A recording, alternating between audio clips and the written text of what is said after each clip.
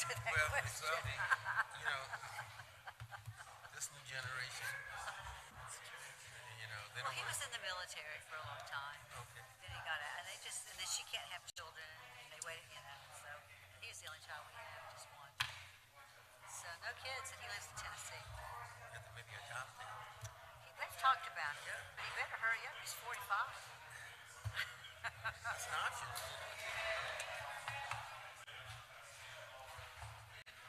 They've got a lot of nieces and nephews on her side of the family they've always got. Like 2 and 3 year olds, 4 year olds, but they treat them like they're theirs. Not on our side. Yeah, well, sometimes you have to go to that, Nieces and nephews. So yeah, I got cheated out of having grandkids. Give you some of mine. I got 10 of them. Do you? How many children do you have? 3 girls and my son. Now the 2 youngest, they don't have any kids. Yeah. But the old one, they yeah. Well, this younger generation, they're Yeah, just not having kids. It's hard. It's hard. And I It think is hard. It's the expensive. economy, cost of living, to raise a child, and then you got to almost be there with them. But this nuclear generation, Oh yeah. they're not up to the bar. Yeah, exactly. They're like us. We're taught that.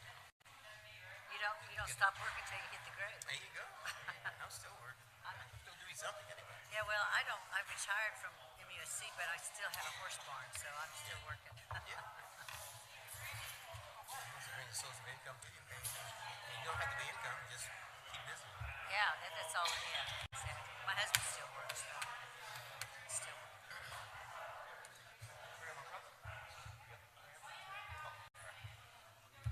You got your hair cut.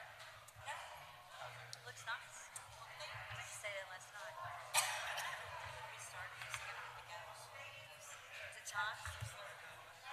No, 2 minutes. 2 minutes. Oh, okay. That's a little fast.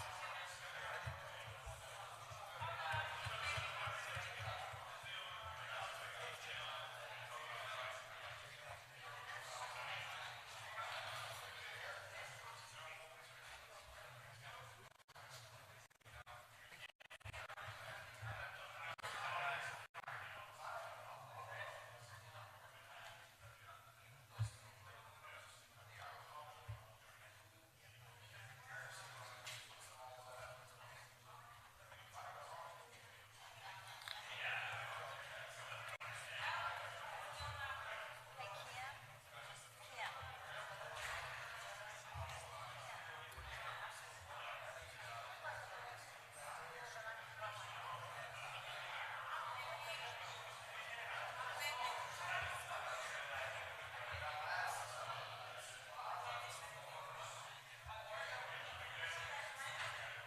That's all right.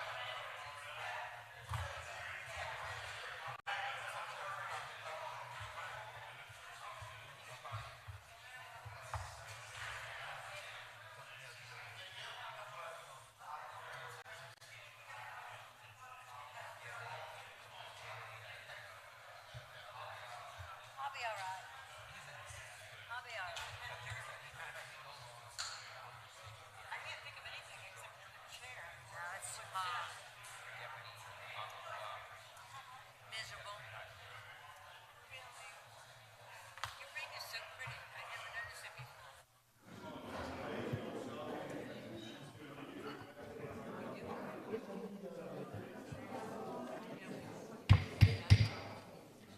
Good evening and welcome to our Thursday night commissioner meeting. Time is 6:30, November 13th. At this time, we will have our roll call, please. Tim Blackwell there. Commissioner Reed. Commissioner Lennon. Here. Commissioner Saboka. Here. Commissioner White. Commissioner Willis. Chairperson. Here. Thank you very much. At this time, we will have the prayer and the Pledge of Allegiance by Reverend Lennon. Let us bow our heads. Oh, Heavenly Father, once again we come to say thank you. Thanking you, O God, for watching over us all day long as we travel to and from. And, oh God, to bring us here at this public meeting once again, we say thank you. Now, Lord, watch over us. Guide us as we be about the town's business. But, well, God, for us to remember you. Lord God, Lord, bless us. In the mighty name of Jesus, we pray. Amen.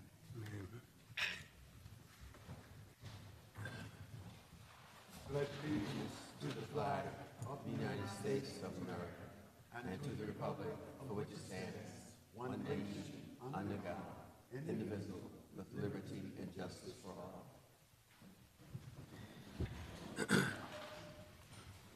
Thank you very much. Commissioners, have you had a chance to read over the minutes?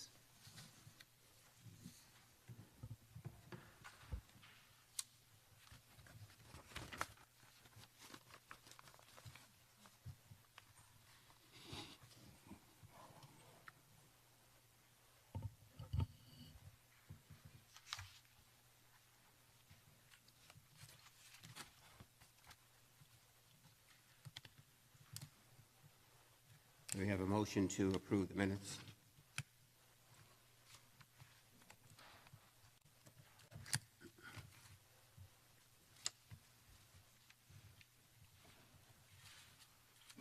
Need a few more minutes?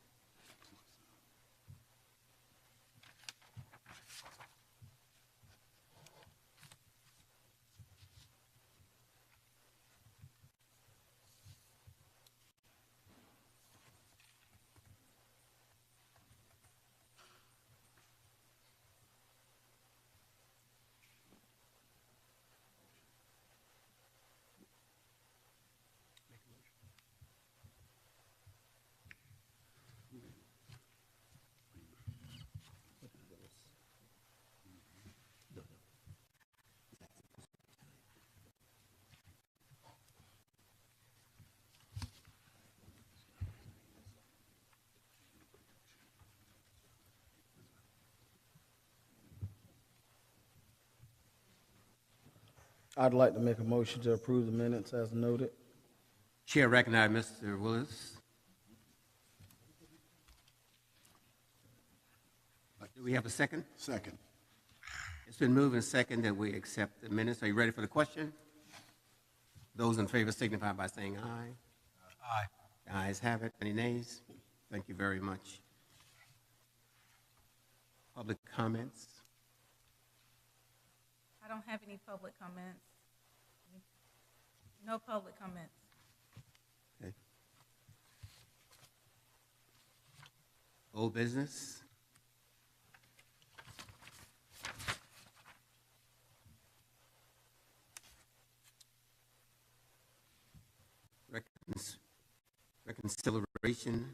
Reconsideration. Item 1. Go ahead. I don't know if anyone has anything they want to bring forward for reconsideration. Anyone have any questions? But what? Reconsideration.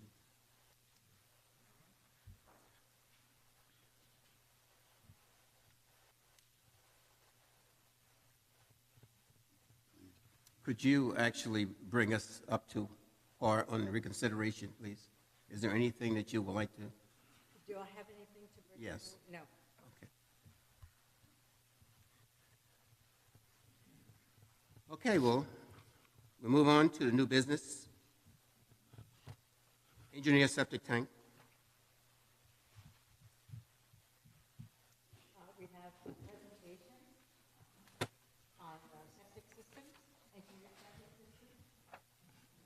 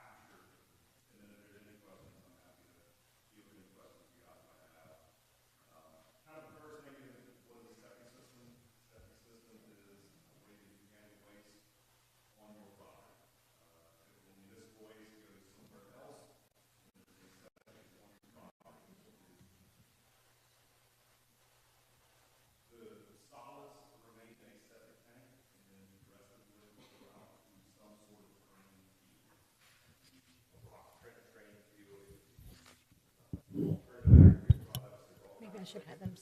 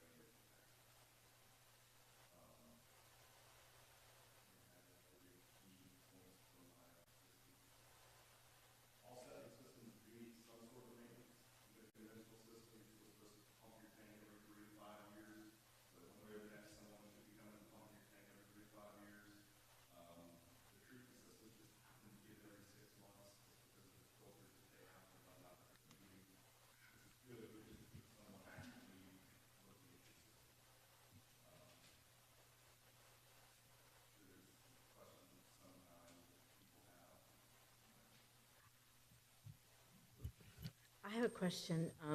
What causes the drain fields to fail? And, I mean, your experience.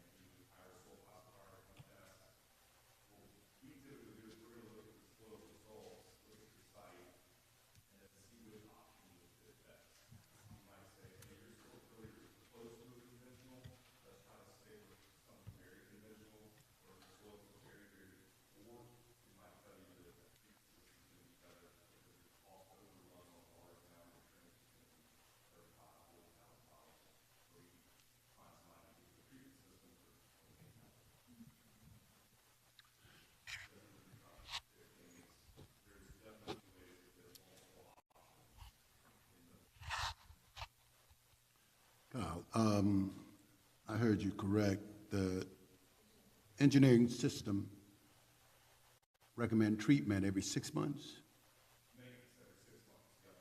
Okay, now if I put it in, I know when to treat it, but these subdivisions that put in these engineering system, and the house is sold 2, 3 times, who follow up that, treatment recommendation?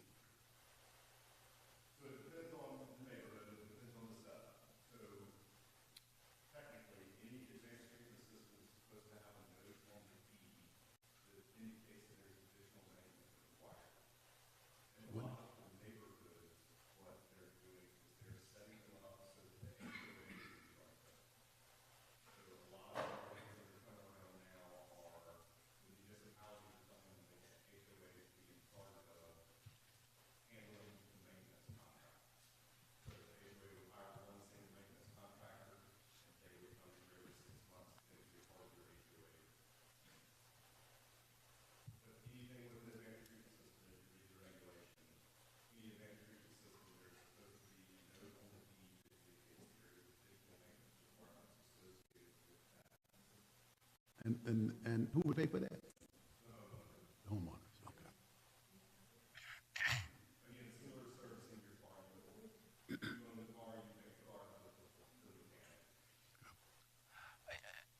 You okay? I have a few questions. In your experience, on a 4-bedroom home, how many square feet would be the drain field in a conventional system?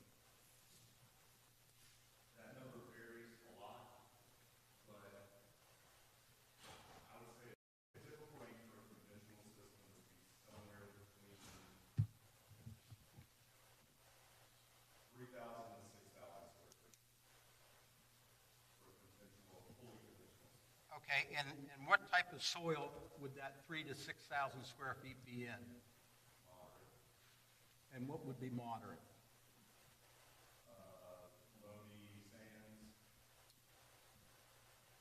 And where would is the water table taken into consideration? Yes, the water table is one of the factors of what's taken into. So, if the water table, let's say, is high, close to the surface, would the drain field then increase or decrease?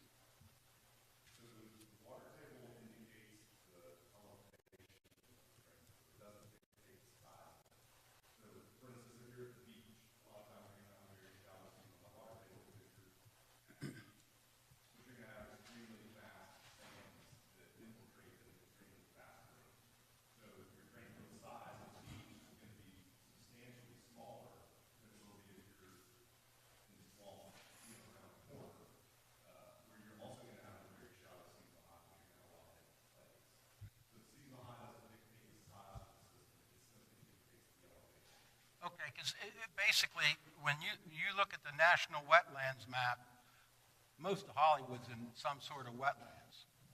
Taking that type of soil, would the drain field be needed to be larger? So it's all based on the soil species. So if it's sandier soils, no, it doesn't have to be larger. If it's clayier soils, yes, it has to be larger. And if it was clay, about what would the drain field for a conventional system be?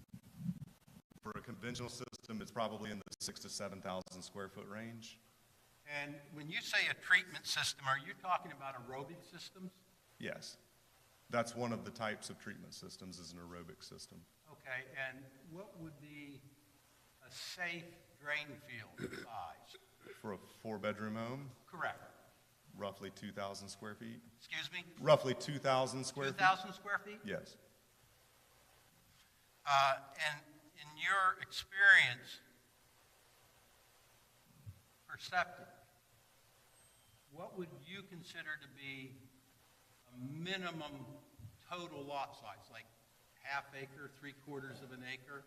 If we're going to, because we're out of sewer, so we're going to deal with septic. Sure. Right now, we're in a moratorium, and we're in a lot of discussion, and we have to get it right the first time. So thank you for coming and answering these questions, because that will really help us.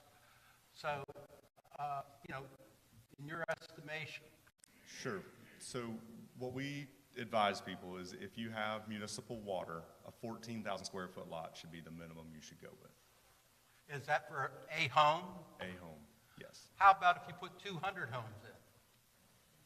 For a neighborhood, sorry, that would be for neighborhoods. We would For tell like you, 200 homes? yes, we would tell you that 14,000 square feet is the minimum Has you should plan on. your company or you personally ever installed that many homes in that dense, that many septic systems in that dense of a community? Yes. Where? Johns Island, Hollywood, Where in Hollywood? the Kings River Preserve. Who? King Rivers?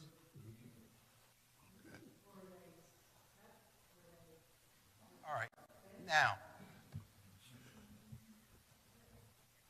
when you're saying 15,000 square feet, for a minimum lot size. Yeah. Okay, plus or minus. I did extensive research, and I even got to the person who's in charge of it for the state of Virginia. I talked in North Carolina. I talked to several installers that install locally.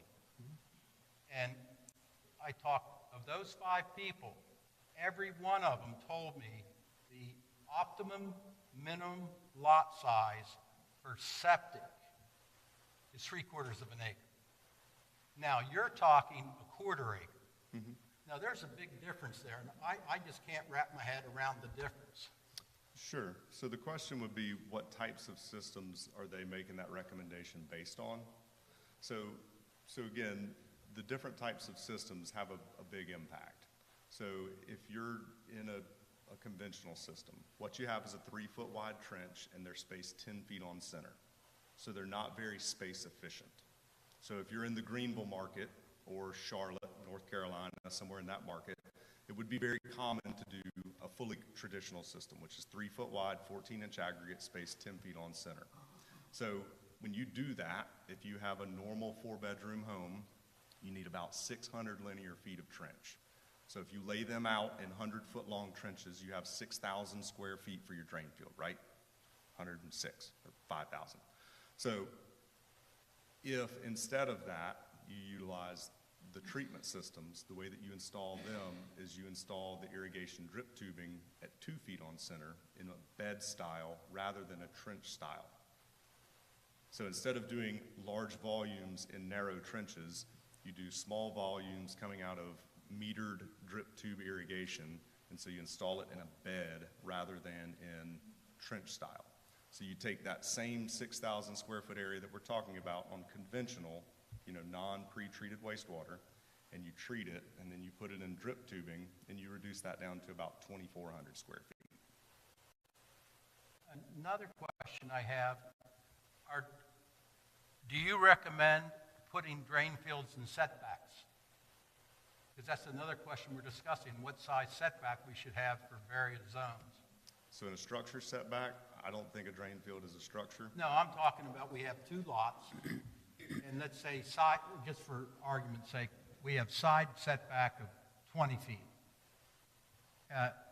Is the drain field, is it in your experience you put your drain field using the setbacks? Typically, you can put the drain field in a structure setback. In the setback? Yes. If it's a buffer, you cannot, typically. And by buffer, what do you mean? Like a landscape buffer.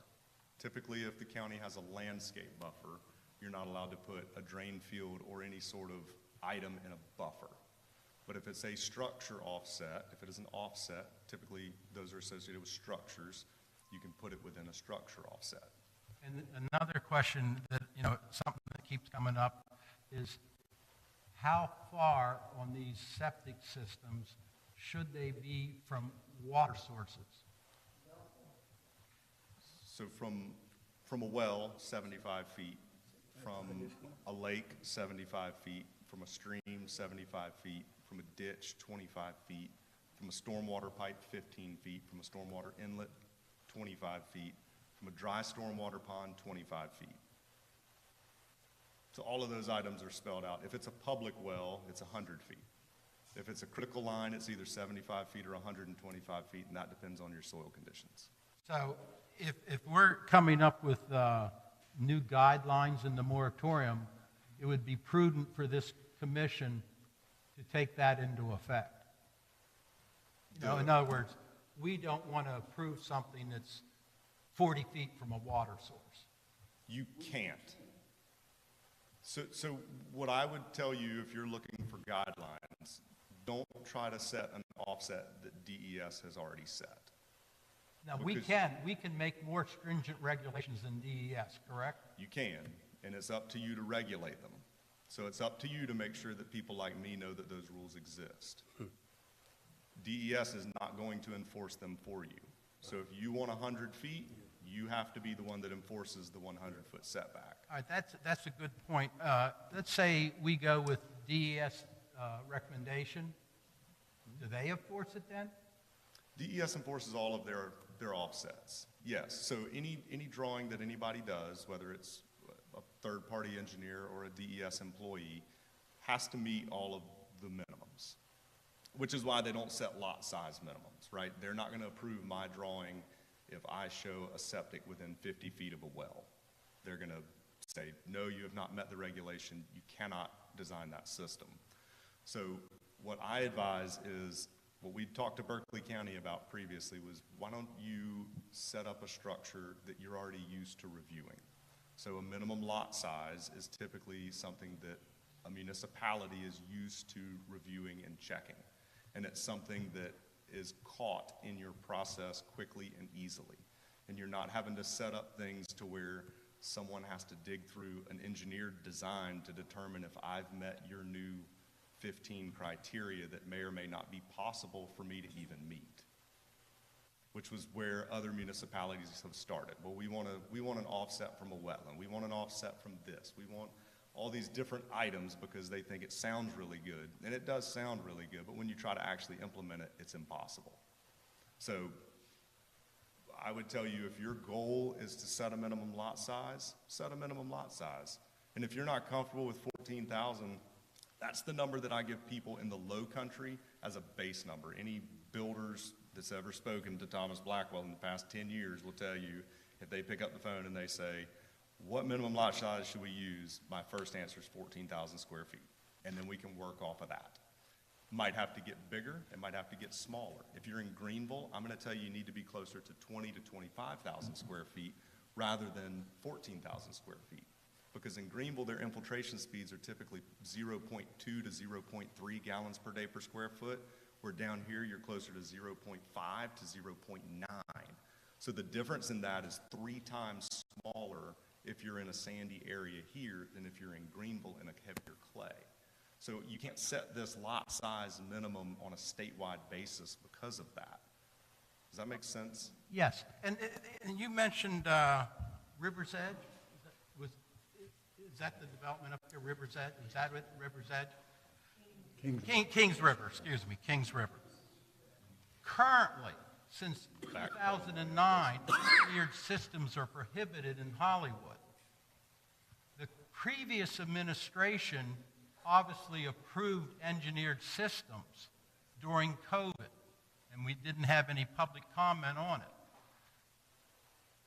Do you know what the average lot size is in Kings River? I don't. Okay.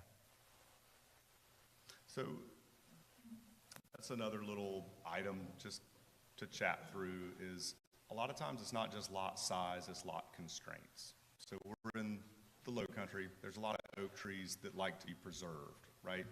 So you might have a half-acre lot or 3/4 acre lot, but if you've got 2 grand oak trees on your property, nobody wants them cut down. So if you take into consideration a normal foot per inch of tree barricade around your 2 40-inch live oaks, you've just lost a lot of your property. So an easy way to keep the oaks and get your septic system is to use some of the advanced treatments or other engineered options to reduce your drain field size, save the oak trees, get your house, get your septic. So there's a lot of things like that to take into consideration as well. And as you're thinking through whether you consider septics as a part of the structure or not, I would tell you if you do consider them a part of the structure, you would also want to consider that in your lot size minimum. So if your if you think that a drain field should be associated with a structure offset, you'll want to use a larger minimum lot size. Okay, and then maybe you can answer this, maybe you can't. But I've been reading where large-scale communities using septic in Holly Hill, Awanda, and now Johns Island, and I've also heard Columbia and Greenville, that they're having problem with groundwater contamination. Can you give a reason, your estimation why that is happening? So my first answer is you probably haven't been reading about multiple neighborhoods. You've probably been reading about one. And the one neighborhood that's been all over the newspaper is the French Quarter neighborhood that's over off of 41. It's the one that's currently in a large class action lawsuit. The folks who write those newspaper articles do a very good job of omitting certain information and including certain information. That is the only neighborhood in the state that is currently having large failures. There are no other neighborhoods, zero.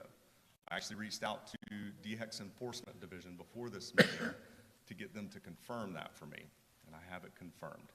So the only neighborhood that DES is aware of with large-scale septic system failures is French Quarter.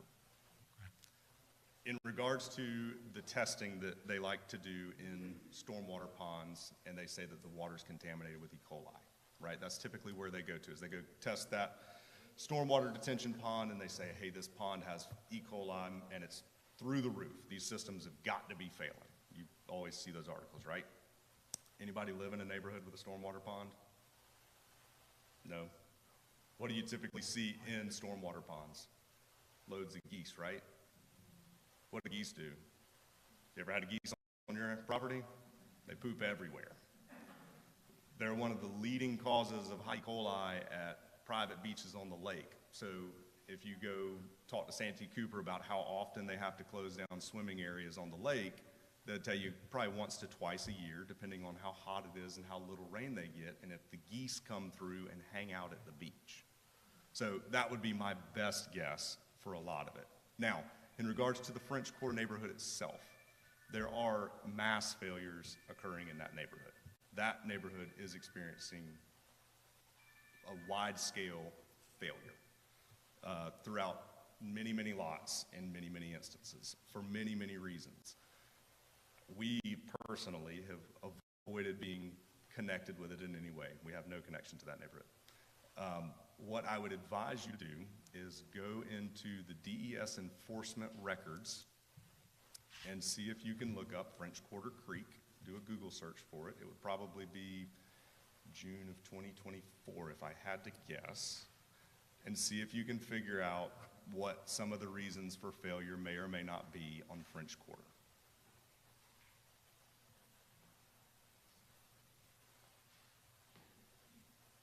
Because there have been enforcement actions specific to that neighborhood against the installer and the engineer. Okay. There's a lot of my questions. Anybody? I just wanted to clarify setbacks. What are the setbacks? You said 25 feet for drainage ditches. Is that drainage ditches that go into navigable waters? So there's no clear division that minute. They cut it off at ditch, creek, stream, or lake. And the reason I ask that is because we have a very large canal that runs through Hollywood that drains into Stono, and that's why I was concerned. We have a big neighborhood that's getting ready to come in here. And I was wondering if setbacks would be. If it's a canal, a lot of times it is considered a creek. And what are the setbacks for that? If it's a creek, it's 75 feet. So creek, streams, and ponds, lakes, things of that nature are 75. A ditch is 25. If it's a large canal and it's typically full of water and moving water, typically it's going to be classified as a creek, and there's going to be a 75-foot setback. Yeah, our town has a drain canal feeding to the Stono, and it's flooded a few times already this year. How should we take that into consideration? Because we have proposed communities within Adjacent. 100 feet, if not closer, of that canal. And are you saying that the canal overruns? It floods on the neighboring properties, and the canal's probably 20 feet deep and 30 feet wide. If it's a wetland, do you guys have wetland buffers? So if you have a 35-foot wetland buffer, it's probably going to be taken into consideration anyways. And then if it's more of a stream or a creek than it is a ditch, it'll have a 75-foot septic offset from it. So it probably won't be anything to worry too much about, I would say, unless it's really flooding way, way out of its banks, which I would say then you need to fix the canal. If the canal is constantly flooding far outside of its banks, the canal should be fixed. Yeah, it's under the jurisdiction of the county. Yeah, you got to talk to the Army Corps, I'm sure. Yeah, and another question, and you brought it up, I just thought, and this is a little off subject, but maybe you don't. Sure. If somebody puts in a stormwater pond, do you know how deep it should be? Is it based on density or something like that? Because I've seen, in my community, our stormwater ponds are 2 feet deep and we have all sorts of problems.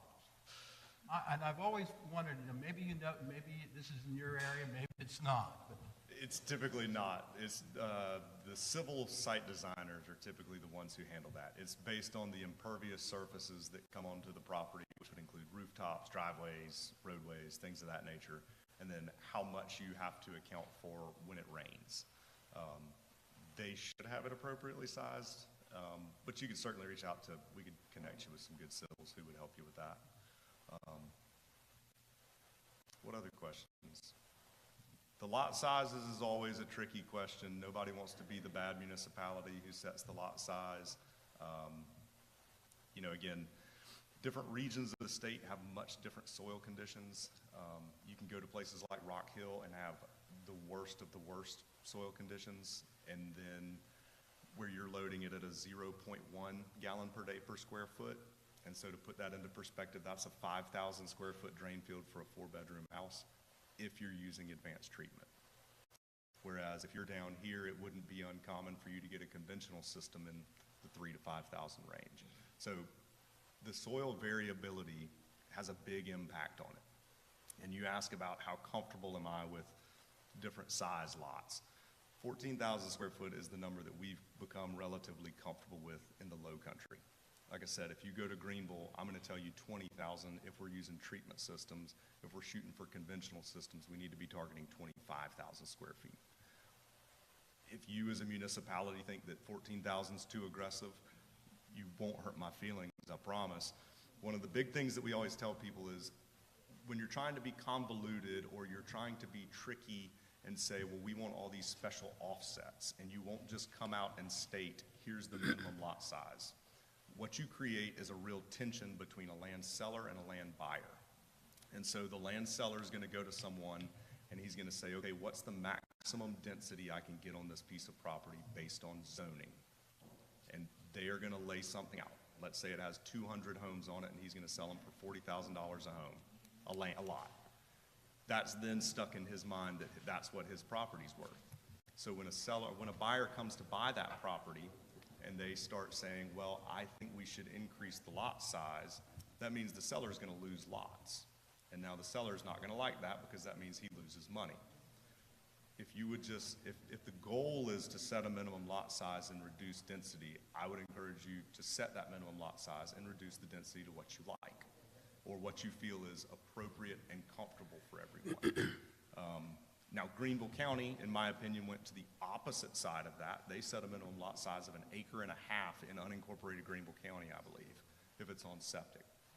That's a huge lot. And that's a pretty hard piece of property for someone to purchase in today's market if you haven't tried to go buy 1.5 acres recently. So there's this balance of economics that I would tell you need to make sure you consider as well as you think through minimum lot sizes. Check in with DES on what some normal lot sizes are. David Vaughn he's moved on a little bit, but he's still a good resource to talk to. I think he came and spoke to, did he come speak to planning, or did he speak to the council? He spoke to somebody. Yeah, you can speak to David. He's a great guy, easy to chat with. Basically, that answers a lot of my questions, and I want to thank you for answering the questions and being here tonight. Sure. Thank you. And if y'all have more questions, feel free to email them. I'm happy to answer them. Like I said, there's a lot of options out there. But when it comes to conventional versus engineered, a lot of people don't have an option. They have to have an engineered system. So I would tell you that y'all's current ordinance that does not allow engineered systems is a pretty big overreach. So, and one question. So, if a lot hurts, Yes. this is a term I hear. Sure. Yep. Good. Does that mean it can accept a conventional system? Typically, that's what that phrase is associated with. Yes. And if it doesn't perk, it needs a non-conventional system. Correct. Okay. A small caveat would be it can perk, and if you have too small of a space, you might still need an engineered system. But yes, generally when you hear this lot perks, that means it meets the conventional septic requirements. Okay, thank you very much. I'm glad we're not paying you by the hour, sir. We appreciate the information. Very informative. We've learned a lot. Thank you very much. Thank you.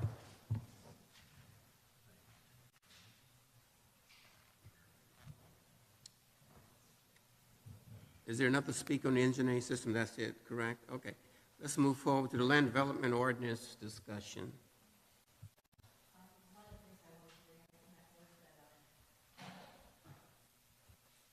Doing planning commission workshops now, every Wednesday at 6:30. And we will be going through the month of January, all the way through that. But we will be avoiding things like Thanksgiving week or Christmas week, and probably New Year's as well. That was all I wanted to add. Is that through the moratorium until we go back in there? Well, I'm doing it through January, and then I guess we'll regroup and see if we need to continue. Okay, thank you. Thank you. All right. Any questions from the commissioners? All right, well, Commissioner, this is your time. Any discussion? Good evening. I'd like to thank Thomas for coming in tonight. Full disclosure, Thomas and I have worked together in a previous lifetime, seems like. But I didn't even know he was going to be here. I guess you invited him tonight? Yeah. But great engineer.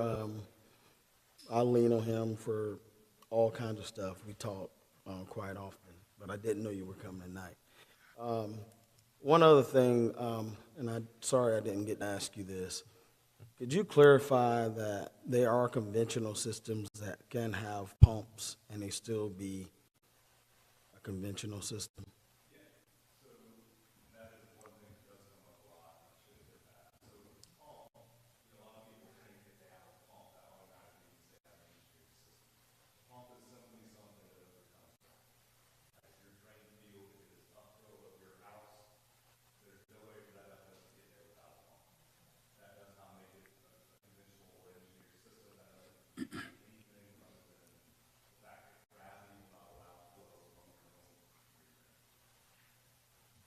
Thank you.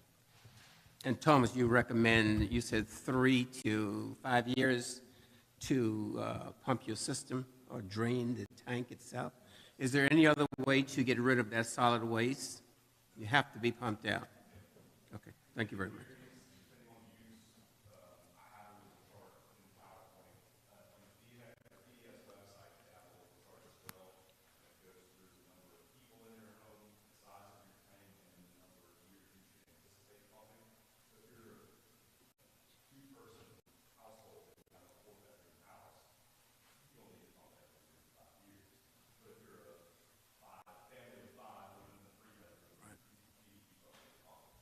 Absolutely, thank you.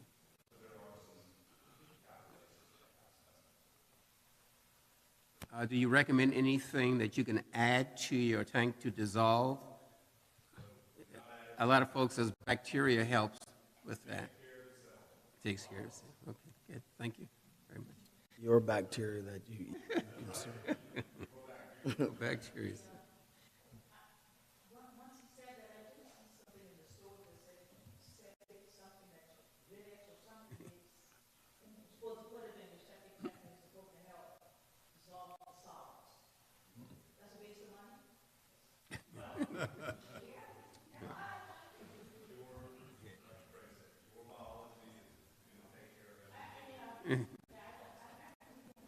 A lot of this stuff is in Regulation 61-56. It's 100 and something plus pages, but I've read it several times. If you take the time, if you want to learn all about septic systems, Regulation 61-56 has 90% of what he said in it.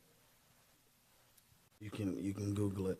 Moving on from septics, Councilmember Miles wanted me to make a comment that he's putting together a committee, and we've already actually met with the DOT about providing us with some sidewalks in the town of Hollywood. DOT has a program where they're willing to provide 80% funding for the project from start to finish. Any acquisitions need to be done, right-of-way acquisitions, they'll handle the entire project. The town would have to come up with the other 20% funding, and it can't be other federal funds. We've identified a couple of sources of where we could get that funding from. One of them is the penny sales tax that the county has. The other is Charleston County School District. Currently, where we are, we have identified a project, and I think council is going to vote on it at the next meeting. But the project that we're looking at will run sidewalk down 162 from Baptist Hill down to New Road, where there is existing sidewalk. So Baptist Hill Road, there's currently sidewalk that comes all the way out to Highway 162. At New Road, whenever they did some improvements down there at the school, they ran sidewalk from Many Hughes down there all the way up to New Road. Well, we're looking to connect those two sidewalks, being that one, there are a lot of pedestrians and bicyclists that walk down through there, and two, the new middle school will be located down at that school down where Many Hughes is located.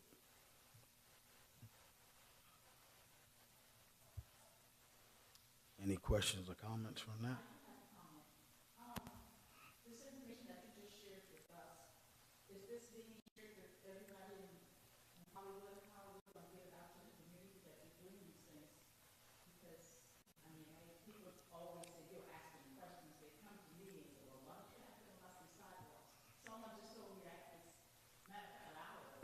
So this,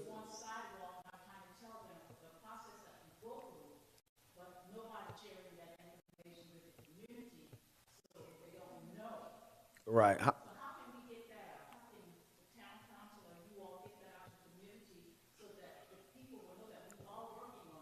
Yeah, well, this is breaking news, but this is within the last couple of weeks. So we can't really talk about things until they actually start happening. There's a lot of work always going on, but a lot of things never come to fruition. So at the council meeting, next council meeting is discussion, but the project has already been identified because we have a very strict timeline on getting this application in if we're going to get this project off the ground. So once we've identified the project, we have to identify an engineer that's going to come out and give us a cost evaluation. Once we have the cost evaluation, we know what 20% we're going to be on the hook for, and then we have to go to the school board or the county and see if they're willing to give us those funds. So there's a lot of... Yes, ma'am. Councilmember Miles, I mean, he's a great contact. I said in the last meeting, Councilmember Miles has been trying to get sidewalks in Hollywood for, ever since I can remember. But he's a great resource if you guys have any questions about that. You can ask me, you can also ask him as well. And one of the things that he shared in the meeting last night is that the first step is from Baptist Hill to New Road, where the elementary kids are going to be moving to C.C. Blaney. But the project is continuation, so we would be able to move from Baptist Hill coming this way, the next project. So prayerfully, we'll have sidewalk throughout this town of Hollywood. Yeah.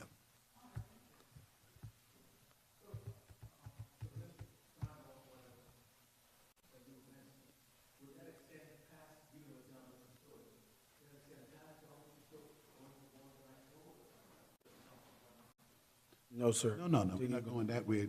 We're not talking going that way yet. Yeah, Baptist Hill going toward New Road, because they do have sidewalks from New Road to C.C. Blaney School. Yeah. Yeah, and then on sidewalks, in our planning workshops, we are discussing requiring new communities to put sidewalks Put in. in sidewalks, yeah. All right, and it's my understanding from listening last night that if we get the section 1 approved, the Baptist Hill to New Road, it becomes a whole lot easier to extend it. But we got to start somewhere and get it approved first before, so, you know, who knows how many years it'll be, but there are many good people in this town working on the issue. Hey, we have a public hand in the back. Yes, ma'am. Yes. I told the council earlier this year about that money. And I suggested to possibly put, if I notice at 162 and 165, there is a sidewalk to nowhere. If you think about it, putting it from there to the manor, yes, I live in the manor.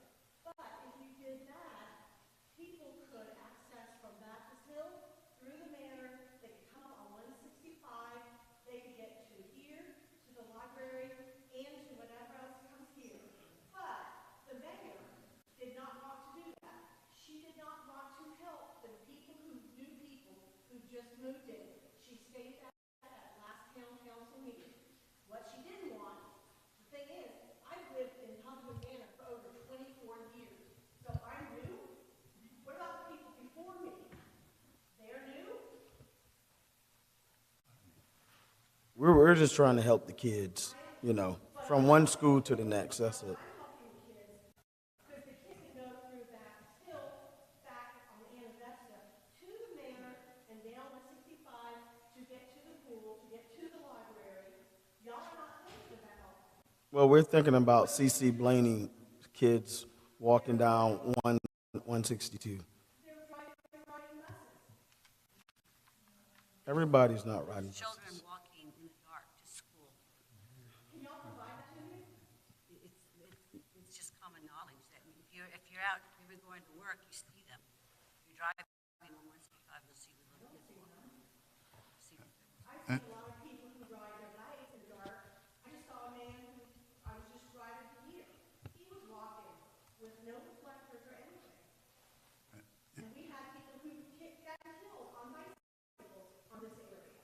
Actually, that's I'm sorry, ma'am. I'm sorry. I'm sorry. One of the things that we've looked at on that stretch of road is fatalities. So we're taking it into consideration. But we appreciate your comments. And a super idea, because the library is right there, and folks can ride their bicycle to the library and stuff like that. So hopefully and prayerfully, we would be able to pave those sidewalks there. If you ever want to do something for the middle of the town to get people possibly to build, like y'all talk about putting buildings in the town, then you can have people come and visit the town and spend their money versus